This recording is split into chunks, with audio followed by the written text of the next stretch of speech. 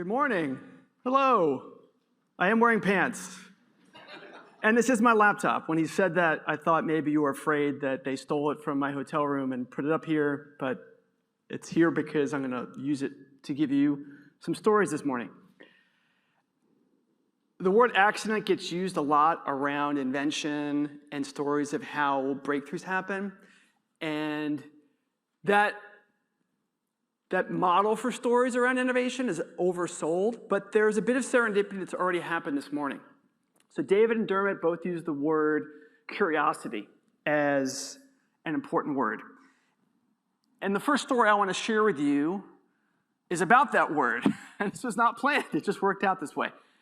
So this is a photo that a friend of mine took. This friend, frankly, and I share a love and an interest for stories about how great things are made. He's a designer, and I've worked as a project manager and a designer, and many of our conversations were about understanding how great things happen. Because most of the time, most projects set about trying to do great things, and as we know, greatness is rare. Most things do not work out how they are planned. And so he took a trip and had a bunch of photos he shared with me. And this is the photo that stayed with me the longest. Now, just as an orientation to see about this room's awareness of great things, does anyone know what the building is that's in this picture? You can just yell it out. Florence Dome? Yeah, raise your hand if you said the right thing. Yes. Okay, this is the greatness aware side of the room. You folks, the score is 1-0. There'll be more opportunities for you to catch up, but so far you are behind. Yes, it's the cathedral in Florence. Now, commonly in culture, when there's a great thing, we're told it's great before we see it. So someone else has already established that it's great. And usually when you take a picture of a great thing, you put it in the center of the frame. This is the great thing. Or you'll take a picture of yourself in the center of the frame with the great thing behind you. But we're told this. And so this photo, I've never been to Florence. It's a place I'd love to go. There's many great things there. I've never been there. But in all the photos my friend shared with me, this one stuck with me. And why? And it stuck with me because this photo to me is a curious story. Why would you take a photo of a great thing where the great thing is in the background? And in the foreground, there's a figure. What's going on here?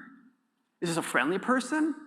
Is it a dangerous person? Are they blocking the view? Are they angry you're taking? We don't know. So the word I love to think about to start off conversations about creativity or innovation is mystery. Dermot mentioned that one of the best things that can be said among scientists is that's interesting. Being curious. That's a central theme for me in all the work I've done as a project leader, all the work I do now as a writer and a reporter on trying to understand ideas and how they work. And that's the story of this book, The Myths of Innovation. Now, the myths of innovation are things that, I use the word myths in a pejorative way. I believe mythology is important. Stories anchor us and bind us together, and most mythological stories have lessons and powerful elements in them that we want to keep. But myth in the pejorative sense is a misnomer. It's something that is misleading, and if you try to follow it, it will lead you astray.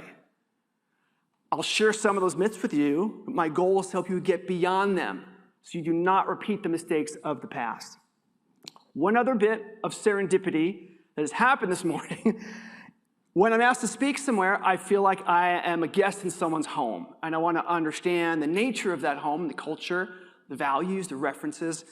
And so when I looked at the website and I watched the video, there is this image. And Dermot used it in his opening talk. Now, this is a work of art. This work of art, I have seen it. It's not outdoors. In this image, it's outside. It's actually a work you can find. I think it's in the Smithsonian in Washington, D.C. currently. This work of art ended up outside because the artist took and did a version, an installation of that work outdoors to make a point about the work. And I'm going to explain to you what the artist's intention was with this work. And she explained it herself. I'll need my glasses for this. Time itself cannot be made, but if time is a medium, what can be made present with it? Can it be stretched and compressed like clay? Can it be turned like wood, carved like stone, bent like glass, or woven like twine? If we use time to make new forms, perhaps those forms can help us tell stories that have previously gone untold. Previously gone untold. And that fundamentally is the nature of my work, or the work I'm going to share with you today.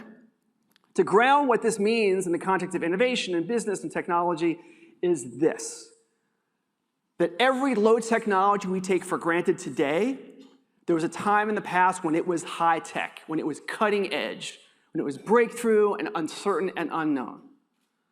Now, the challenge we have in the present is we're dealing with the present. We don't know what it means yet. We can't learn very well from the present. Kierkegaard has a quote that I may butcher a little bit. It was something to the effect of, we live life forwards, but we can only understand it backwards. Only when we look backwards do we have the tools to ask questions and examine and explore and understand, and that will help us in the future. So every low tech was once high tech. Now, what does that mean? What that means to me is there's basically free knowledge about how to make great things, how to make a successful business, how to innovate and invent. There's knowledge that's sitting there from looking backwards. So most of my stories I'm going to tell you today are old. And sometimes I'm criticized for this. You're supposed to talk about innovation. My premise is innovation is very, very old. We've been doing innovation and invention for as long as we have been a species. It's one of the fundamental things that distinguishes us from other species. We're tool makers. We know how to write and we know how to read. And it's a failure if we don't take advantage of our ability to understand and learn from the past. So that is my opening premise for you about using the past to help us with the present. But one challenge that we have, I'm obviously a language person. I write books. I'm a speaker. One problem we have with language is that when we use a word a lot, but it means very different things. So I tried to keep count for a while how many times so far this morning the word innovation has been used. It was over 20. Now, innovation used to have a very simple meaning. Words tend to have simpler meanings before they become popular. And in the popularization of a term, it tends to be useful as a marketing message to get attention, and that definition tends to spread out. Now, there's nothing wrong with that as far as languages go, but if it's something you're trying to achieve or do, one basic, this is the project manager in me speaking, one basic way to get a group of people together is to make sure everyone knows when someone says a word that we're saying the same thing.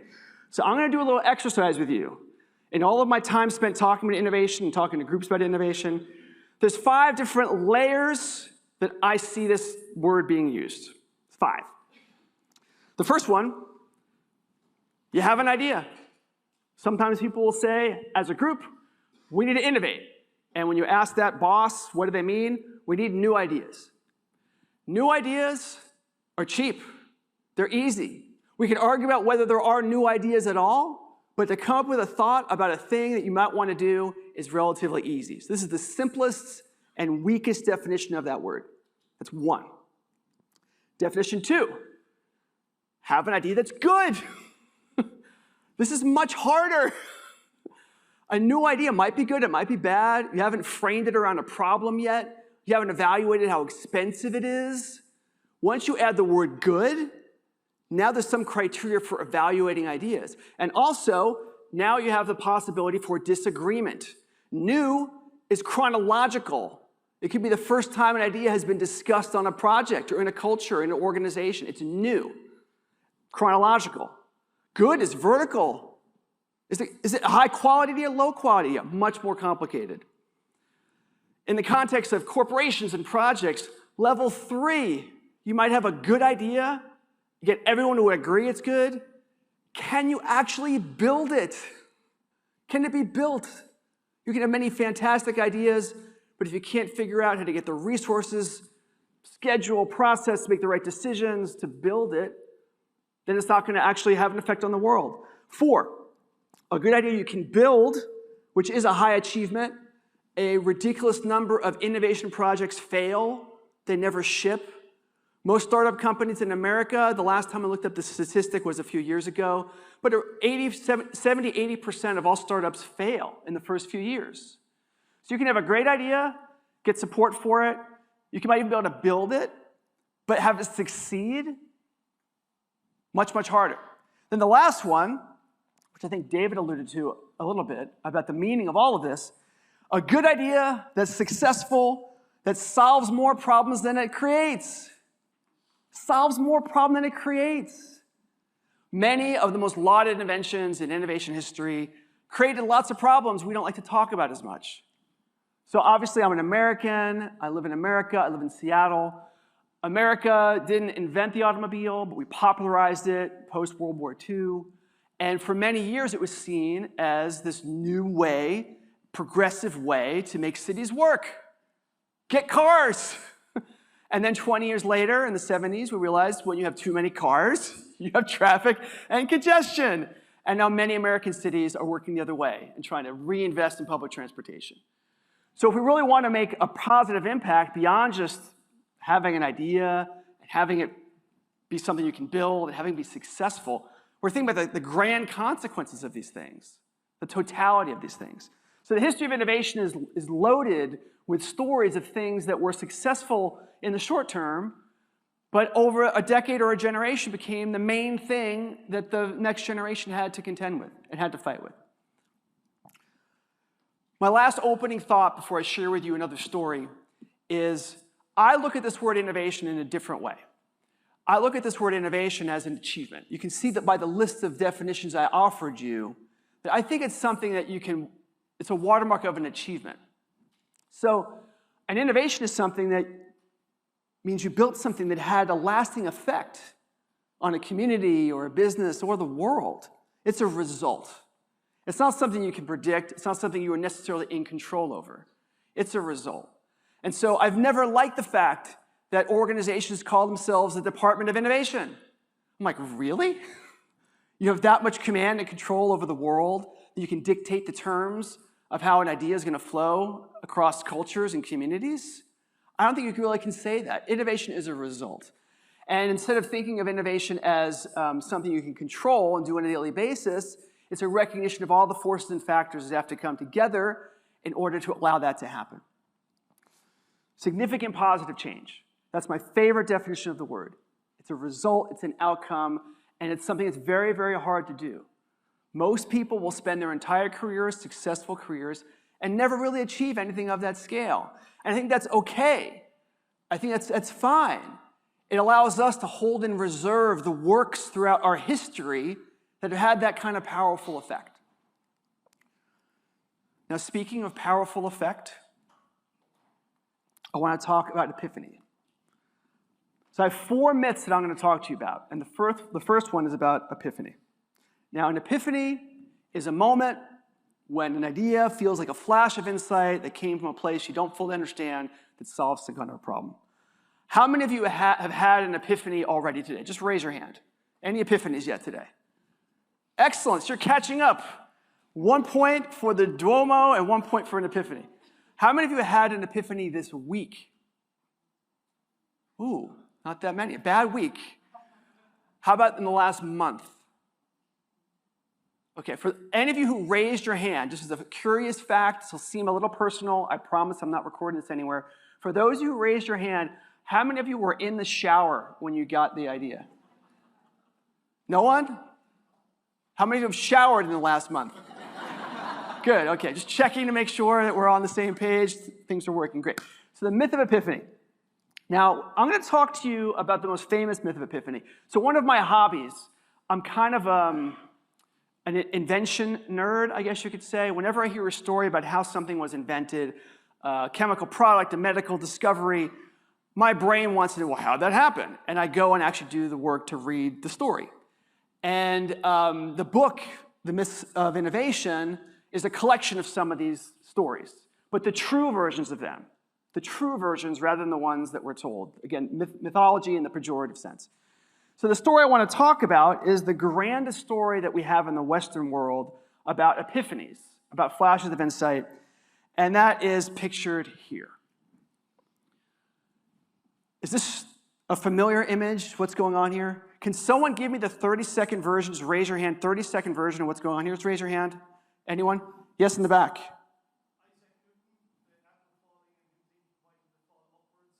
Okay, and what was discovered or realized? Theory of gravity, okay. So who here has heard a version of that story before? Probably everybody. Everyone in the Western world knows the story. There are several important problems with the story. The first one being, it's probably apocryphal, it's probably not true. It is a story that Newton repeated often that doesn't make it true. We live in a misinformation age today. There were misinformation problems in the past too, of who had the power to speak and what stories were fun to share. So as the story goes, as I learned it in America, Newton was sitting by a tree, an apple fell, and that is how gravity was discovered.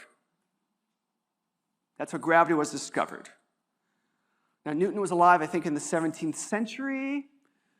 By the 17th century, many civilizations had already figured out most of what there was to know about gravity.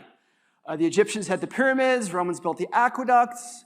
You need a lot of understanding for how gravity and physics work to build those things. So Newton could not have discovered gravity in any practical sense. So that part of the story cannot be true. The other part of the story that's not true is, let's say that this event actually happened. He sat by a tree and an apple fell. It doesn't tell us anything about Newton. There's an accidental thing happening. An apple fell. Who is the protagonist in this story? It's not Newton. It's the apple. Many of stories of great discoveries often have a muse-like characteristic to them. There's some outward force that's out in the world. Someone's lucky to be around when it happens, and that's how a discovery happens. Why is that true? Because it kind of democratizes invention. It makes it seem like it can happen to anybody. It's like winning the lottery, just an accidental thing. So it's fun to share. It's fun to talk about.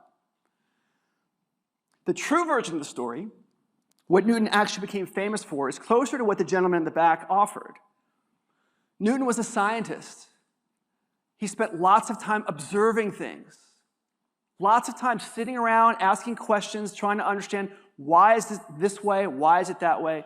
This was not the only moment Newton ever spent in a garden looking at things, but the story suggests that it was. What Newton actually became famous for was writing a book called The Principia Mathematica. And that book took him about 10 years to write. He was kind of a mad genius guy, so he was a recluse. We don't know how long it took him to actually write it. It was about 10 years from when he was working on it until it was published. And what that book did was prove the mathematics of gravity, the system of gravity. If you look at that book, it's really boring. Lots of math, lots of formulas. 10 years. 10 years to prove the system of gravity. Not as fun a story. Not as entertaining. There's no drama. There's no physics. There's no action. What is a story of? It's someone dedicated to a goal, working persistently without the guarantee of rewards to solve a problem. Now, in the American version of the story, this was Washington Irving, who was a popularist storyteller in the 19th century. He's the person who added the fact that Newton got hit on the head by the apple. Because these stories are always improved by adding a little bit of violence to them, a little bit of drama. But that's where that comes from. That was an American invention, the adding of like an action movie version of the Isaac Newton invention story. Now, what is the lesson here for you? Great, it's a story from history. I'm picking on culture and our tendency to have these superficial stories. The lesson here is that anytime you hear a story about an invention, about a breakthrough, about a discovery, it could be an accidental discovery, it could be something that was planned. Most of these stories focus on the moment. What was the first day, the first moment? That information is mostly useless. It feels like it's the most dramatic. It feels like it's the most important. It's the most useless because you don't learn anything about the process. You don't learn anything about the habits. So the question asked for Newton, what happened the day before? Did he sit in that spot every day in a scientific journal just trying to observe and ask questions? Did he do that every day for a week, a month, a year? That's useful information. That's a habit that you can emulate to realize there's a pattern of behavior you can use. By the same token, we can ask the opposite question. What happened after?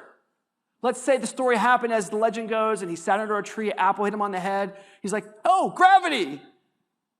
What happened after? And I'm telling you what happened after was 10 years of work to prove the flash of insight. So most of the success of innovation stories have to do with the before and after. These epiphany stories are mythological in the pejorative sense because they don't give you any information you can use. And my goal for you with the rest of this session is to give you information that you can use.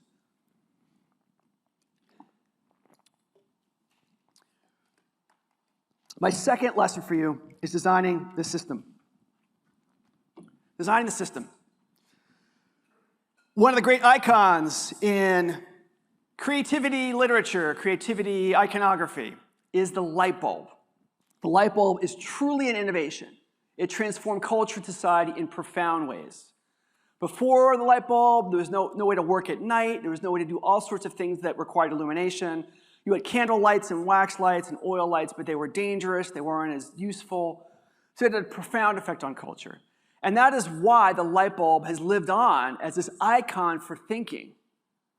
Before the light bulb, there really was no icon like that, which is kind of staggering culturally to think about. Like, what did they put in cartoons over people's heads when you wanted to show that they were smart? There really wasn't anything. It was invented because of the power of this innovation. In fact, when I was walking around the exhibition floor, TU Dublin has, as their giveaway, a light bulb. It's also a stress relief toy at the same time. So, but I thought I would bring this out here to show you that's the power of this icon, the power of an innovation, that it becomes a cultural landmark that signifies something. So the story I want to tell you is about Edison and the light bulb, the parts of the story that most people don't want to talk about. Edison, I think, gets too much credit as an inventor. I don't think he was one of our greatest inventors. He was a very good systems thinker. He was very good at realizing and thinking about or asking the question, what is the real problem to solve? What is the real problem to solve? So he knew in the 1880s there were lots of people working on light bulbs. One of the challenges of invention, who invented this? Who invented that? It's very rarely does one person deserve credit for inventing anything. There's often so many simultaneous discoveries happening in the same area at the same time that it becomes a qualification test. So Edison did not invent the light bulb. What he gets credit for is inventing the first mass-produced carbon filament electric-powered light bulb. The distinctions become very boring when you read the full length of what they had to do. Anyway, to tell you the story, Edison knew light bulbs were going to be invented. Other people had been inventing them for years.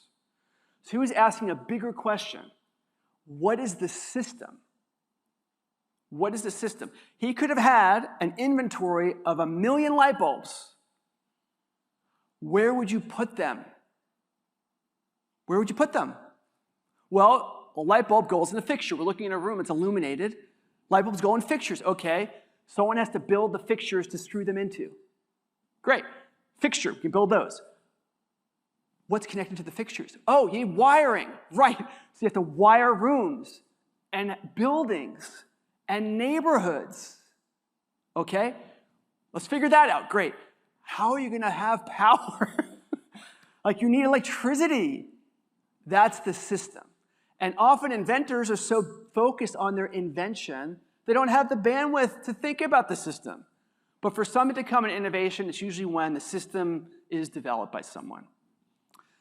We also forget that we like the term breakthrough. I don't think it's been used yet today. It probably used at this event, which is totally fine. But I think of language carefully, breakthrough. To break through something is a violent act. You wouldn't want someone to break through your window or break into your car. Breaking is like a negative word. Something weird happened also with the word disruption. Like this word disruption has become like a positive word. That's very strange to me. I like not being disrupted. Please don't disrupt me while I'm presenting right now. That would not be fun for me. Unless I ask you to do it like with these questions I asked. That's not disruptive at all. But I lost my train of thought. We forget that if your idea is so different, it's so much better and newer, that means people are going to have to learn how to use it. That's why user experience is often a big part of why ideas spread or they don't. We look at a light switch as the most basic kind of interaction we have with technology. It's almost universal. Go into a room, it's dark, where's the switch, flip it, and the thing goes on, light goes on. It's so built into our culture now it's familiar. But you have to remember, In 1885, 1886, oil lamps, wax candles. This is new. This is novel. This is breakthrough high technology, the light switch. And it's surprising to realize that there was instruction required. This is a real sign. This is not made up like internet memes. It's a real sign. Do not set your light switch on fire. Do not set the lamp on. Like, our heads explode at this, but that is the gap. Your idea could be good. Remember my list, my 5 things, right? New idea, good idea. Can you build it? Is it successful? Part of success means, can you get people to understand how to use it? And the paradox here, often there's this pressure in the way we talk about innovation. We need big ideas. The biggest idea, the better. But the bigger idea, the bigger the gap is going to be between where people currently are and your idea. And that gap can be really hard to fix or fill. There's a phrase that I don't like that's used a lot. The phrase is an idea before its time. An idea before its time. Before its time implies there's a list somewhere of the time for ideas to happen, like there's a time machine or something. It's why I don't like it. I don't believe in prophetic thinking. But it suggests that part of what we're trying to explain, you may know your idea is good, but you're disappointed that people weren't ready for it yet. Part of why people are ready for your idea yet or not is the user experience of how the idea is presented. It is something that's part of what makes an innovation successful or not.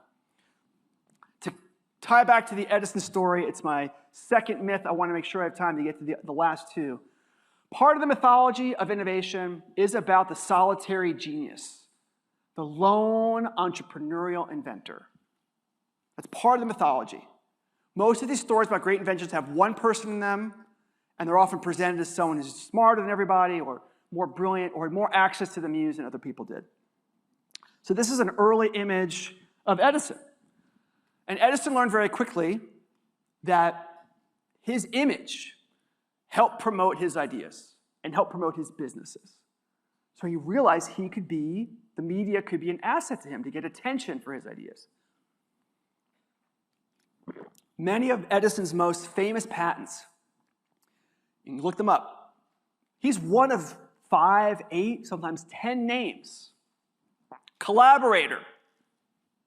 He built a great lab. That's one of his actual greatest inventions. The research lab, getting a group of people, a team of people together who all could work in unison to invent and create. It's been replicated by corporations and universities. But he recognized from stories work better when they're told in the singular. So he liked this image. He made sure it was used all the time. What's going on here? It's a bit like the Isaac Newton painting I showed. Sitting alone, staring at something brilliant. Look at the brilliance oozing out. He's just so brilliant he can't even look at the camera or the sketch for making the sketch in this case. That's what genius is. And this mythology is in us. We do expect this to be what it looks like. So this image is replicated over and over and over again. The tech sector has it in its history in a rampant way. But entrepreneurship does too. Singular person, often a young man staring into who knows where. It's also true in science. This is Marie Curie, one of my heroes, one of the few people who won a Nobel Prize in 2 fields. Only a handful of people have ever done that. But all these images share the same quality. One person, alone, brooding, unhappy, but so brilliant. And as I joked about Edison, you never see the team of people. You never see the collaborators. You never see the marketing people and the business strategists and the engineers and the sales people who all were required to make success happen. Those stories become too fragmented to be retold easily. They're too complicated. They're too true. So we compress these stories down, but they're damaging stories. These are not really replicable stories. It's rare to see moments of laughter and humanity in these images. It's really rare. It's unusual. Even for Einstein, this is a rare image of him, actually looking like a person, actually paying attention, actually looking at the camera. This is a more appropriate way to think about the real story for how great projects happen. When the humanity is involved, and most myths of epiphany, these mythological stories, there's very little humanity in them. There's very little community in them. To finish my story about Edison,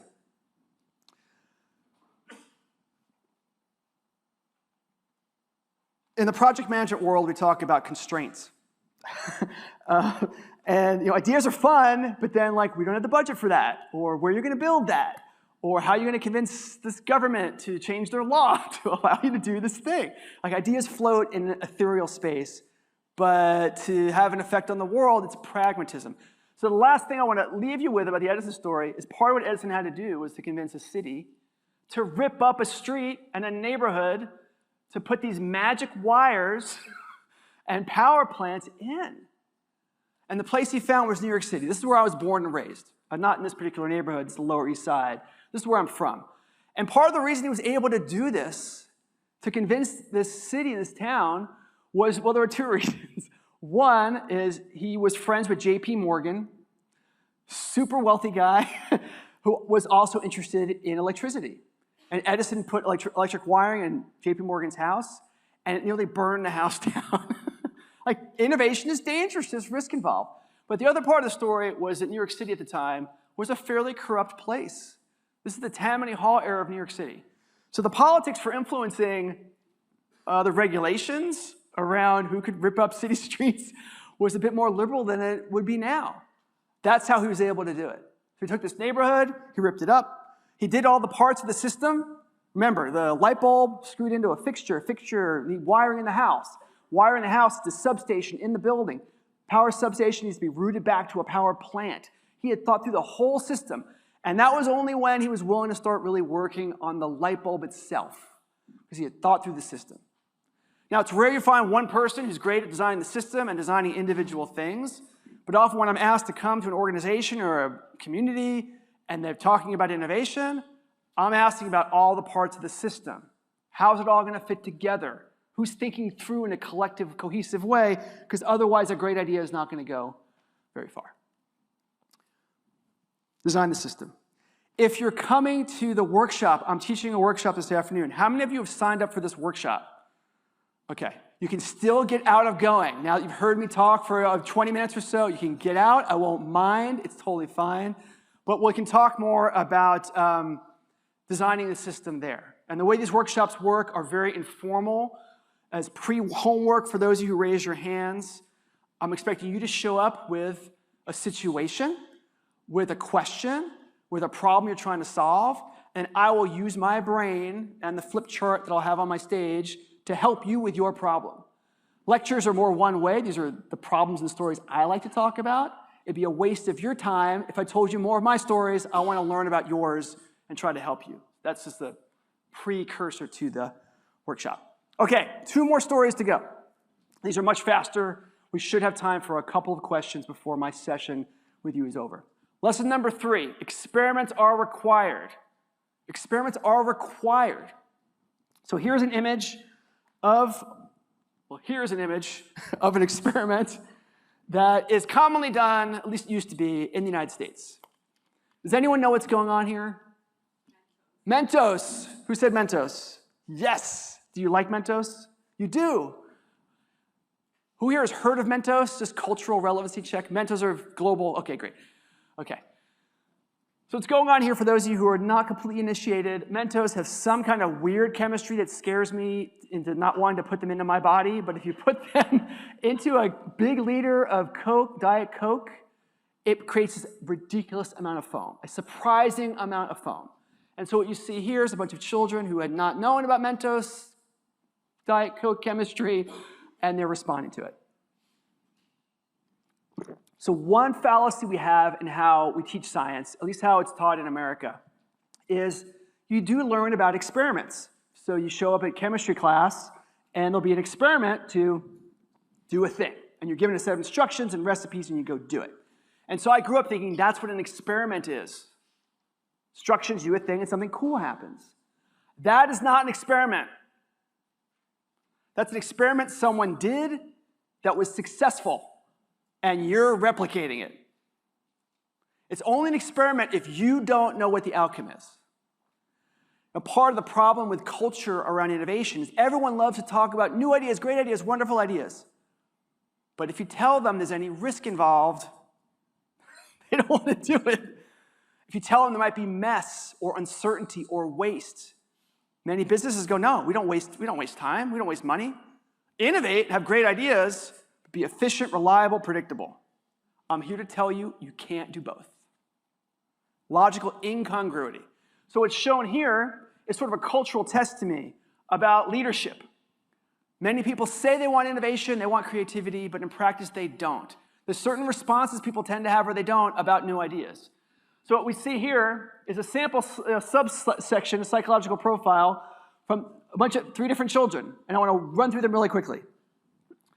Over here, we have someone who might be a great executive, but their response to this foam is kind of hiding from it. So something weird and unusual is happening that's interesting, and they're kind of hiding. I wouldn't want to pitch this person on a new idea. They're a little shy about new ideas. We have this young man over here who seems a little tuned out. Doesn't see anything interesting happening at all. I also don't think I'd want to pitch an idea to this person because they wouldn't find anything interesting. Didn't register with them at all. Then we have this young man in the middle who's paying attention. And he's sort of pleased and asking questions, I think. He's probably thinking something like, what happens if you put 5 Mentos in there? Or 10? Or 20? Questions. Something unexpected happened, and the response is, what can we learn? What can we do? Experiments are wasteful by design. You're trying to learn something you don't know. You're not going to get the right answer the first time or the 5th time or the 10th time, but they're required. It's unavoidable that you would need to experiment in order to learn. A lot of the history of invention and innovation is about discovery and doing things that are unexpected. Does anyone know, this is a prototype of a very important invention from history. Does anyone know what this is, a prototype of? Very good, much better than usual. This side, 3 points to 2 points. This is Doug Engelbart, working on the mouse, human-computer interaction in the 1960s. He would show up to people and go, this is the future of computing. And they would say, what is a computer? It's so strange and foreign to even imagine why you would need something like this. And it looked weird to people at the time. ChatGPT and large learning models are so much the innovation du jour. They were surprised that the chat model was so important to the development of the popularity of these forms of AI. It was a user experience discovery by accident that led to this last 4-year rush into AI. They didn't expect that to happen. They'd experimented before with chat and it didn't really go anywhere. Unexpected. So a lot of the history of innovation and discovery has to be rooted in experimentation. And so whenever I'm asked to go to a team and organization, what should we do more of? First word for me is experimentation. There has to be room for people to experiment or do work that explores questions where they're not sure what the outcome is or that it will have value. There's a hypothesis, there's a theory, but the goal is to learn, to get new data. Which leads to my last lesson for you. Think like a scout. Think like a scout. I obviously have a lot of complaints about how innovation is discussed in culture. And I do, in part, blame this guy. The fictional character. William Shatner seems like a fine person. The fictional Star Trek model. And it could be any version of Star Trek. Dermot talked about Star Trek as well, another serendipitous occurrence. My complaint about Star Trek is not the show itself. I loved watching the show as a kid. I love watching the show. But part of the problem is Star Trek is a fictional story. It's a fictional story about exploration. 5-year mission to explore strange new worlds, to seek out new life and new civilization, to boldly go where no one has gone before. Boldly go. No one's gone there before. But it's a drama on TV that has to sell ads. So in every episode where they're exploring, come out of warp drive, new planet, new culture, something gets stolen, go to commercial. Every episode, they make a discovery. That's not how exploration works.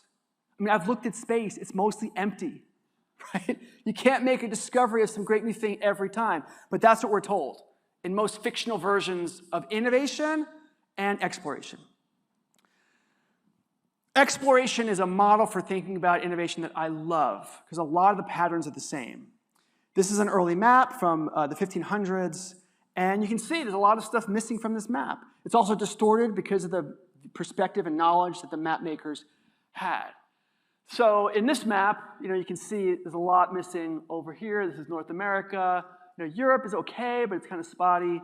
So just to give you relevance on this map, Ireland is represented by this map, but not well. It's much smaller than it actually is. So you would be here in the water right now. Don't feel bad, though. I live in Seattle, which is even worsely represented on this map. All maps are distortions. They're all distorted. They're all meant to represent a perspective on reality, and they're useful in part for that reason. But what's forgotten is that the goal as an explorer is to go to the places that are not on the map yet. That is what you're doing. It's new, it's novel, it's undone. No one's done it yet. You're off the map. To go off the map means you're taking risks. So one of the facts from exploration, history of exploration, this is a list of some of the most famous explorers. These are the successful explorers. Most explorers from the last 1,000 years, most explorers were not that successful, kind of like most startups. There's too much risk, too many things have to go right. These are the successful ones. They all share one trait. Can you guess what it is? They died at their job. They died at their job. And these were the good ones. They all died while exploring. Because why you're going off the map? Who goes off the map? People who want to be creative innovators do. My last little story for you is about Magellan. Magellan is famous for circumnavigating the globe. Guess what? He didn't do it. He died halfway through. His crew did, which is why he gets credit. So he actually died on the thing he's most famous for. But Magellan, the Strait of Magellan, is the place where he crossed the oceans, very famous strait called the Strait of Magellan. Look at a map, seems pretty simple, right? This is what you see. Okay, how hard could that have been? The maps are distorting, though. Maps are looking backwards at history, old tech, old innovation, so it seems obvious because we know the outcome. This is more like the map that Magellan would have had. This is actually better than the map he would have had. Lots of unknowns. Does it go through? We don't know. That's what it feels like. Experimentation, discovery, unknown, uncertainty. Remember my picture of the Duomo? Mystery, curiosity, what's happening here? To be even more grounded in reality of what it probably felt like to be Magellan, this is actually what the Strait of Magellan looks like. So if you're on this boat, you've been at sea for 200 days, you're eating a hardtack, and you're tired of the people on the boat, and Magellan's saying, I think this is the way through. And you're looking at snow-capped mountains? No, you would not believe that. But that's the story of Magellan. That's the story of how you do this. The practical bit here, I promise you getting beyond these myths and beyond these stories, the practical thing here is the fourth lesson, which is to think like a scout. Scout is a universal skill. Every culture and tribe throughout history had scouts. Scouting was something you could learn to do. Scouting is about experimentation. Let's go over the hill, past the valley, let's see what we find. Come back and report. That was the tool explorers used. It's a tool you can use as an entrepreneur, as a manager, as a creative person to give yourself the room to explore and experiment. So, we can imagine Magellan reached this point and his crew is divided. He could have said, we have 3 boats, let's scout. You go north, you go south, I'll go west for 3 days. We'll come back in 3 days and we'll report to each other on what we discovered. And then we can make an informed decision based on scouting. This is age old. This is not a breakthrough technology to do this. But in many business cultures, to do something like this would be seen as wasteful, redundant.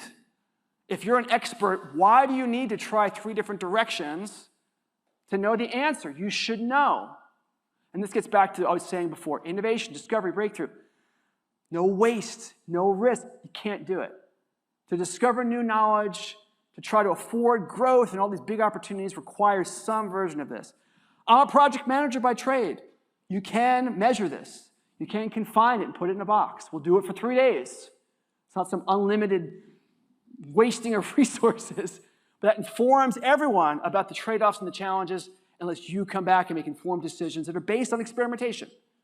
It could turn out that all 3 directions were poor, and Magellan had to deal with the fact that no direction looked good. That may happen, but odds are by dividing and diversifying, there's information you would never have discovered by only going in one direction, and that's the advice we can learn from thinking like scouts.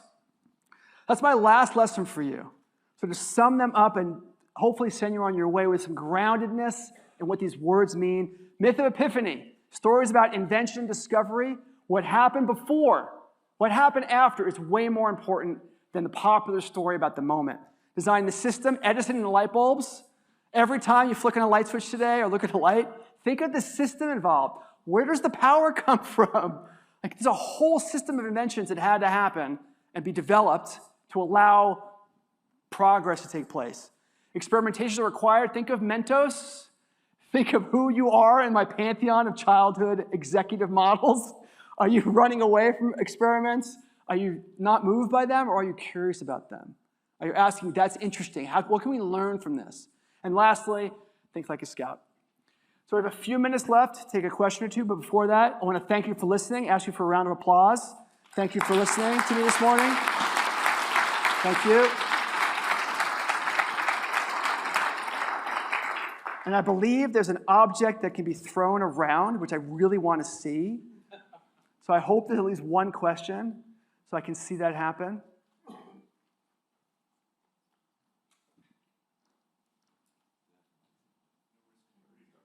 No risk takers here. We have an innovator. Fantastic.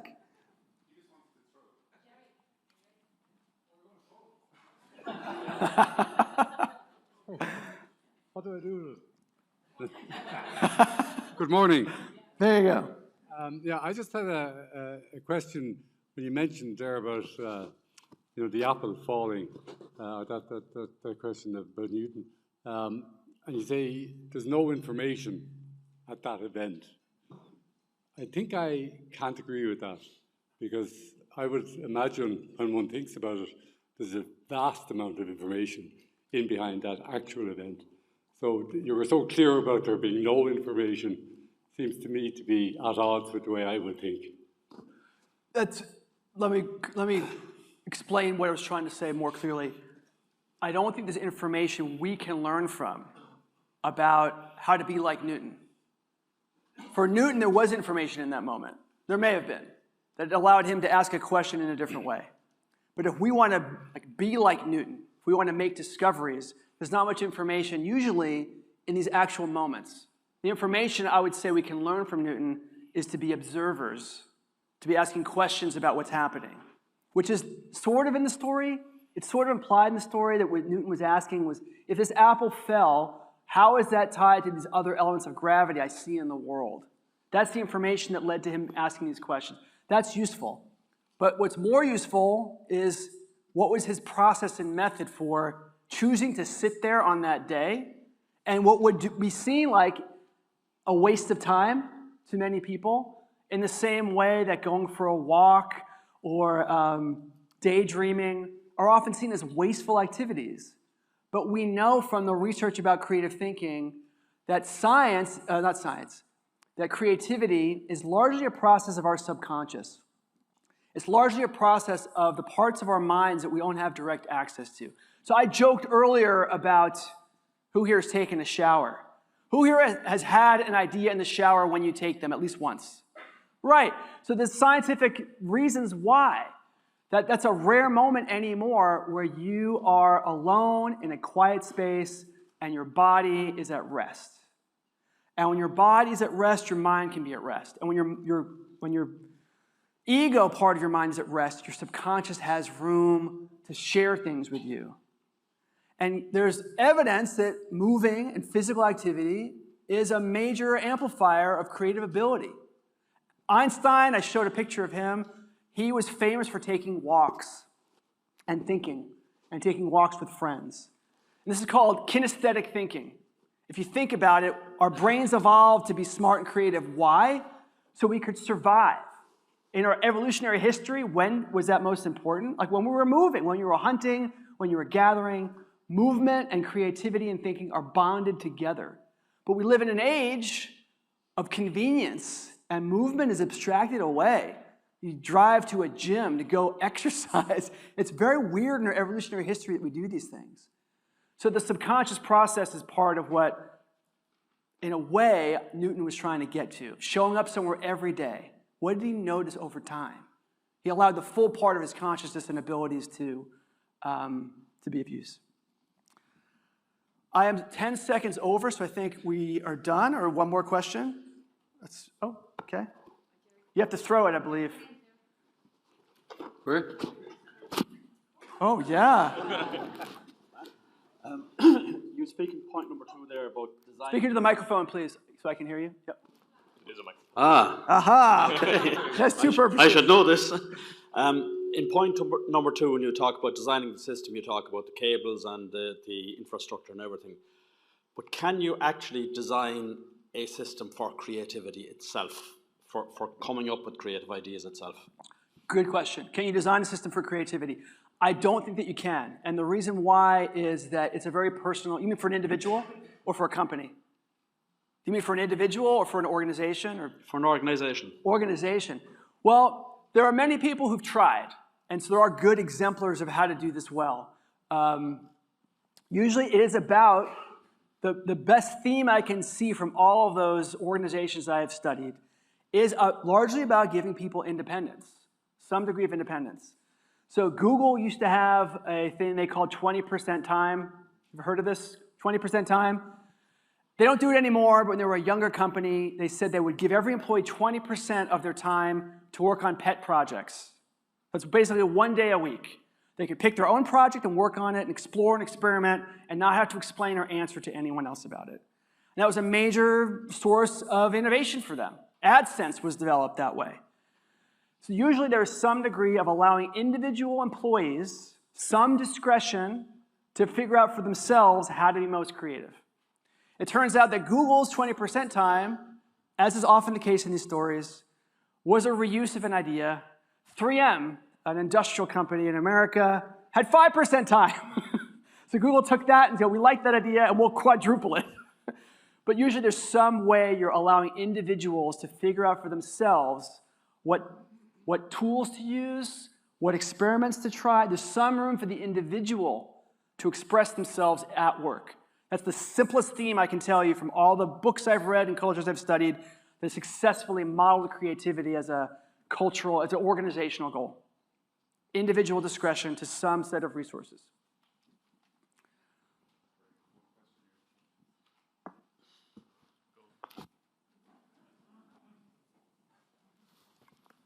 Thanks, Scott. And I did shower today, by the way. Excellent. Just on point 3, experiments are required.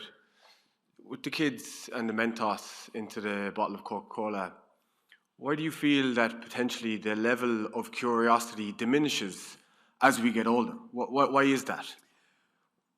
Is that the question? Yeah. Okay, I think part of the problem is in my story. I think that it does start to happen in school.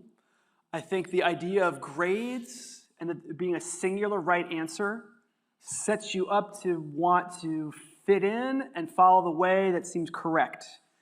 And for experimentation, correct is not really the goal. The goal is discovery. So I think that in most cultures, once you start heading towards adulthood, there's so much pressure to fit in and to be seen as a good achiever that gets lost.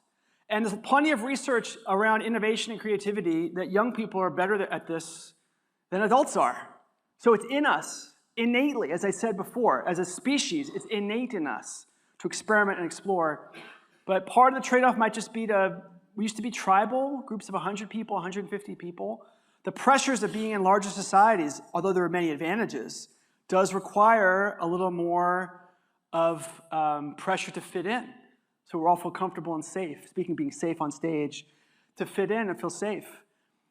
So a good question, I don't know the answer to it to think of, is which cultures seem to have preserved that better than others and why?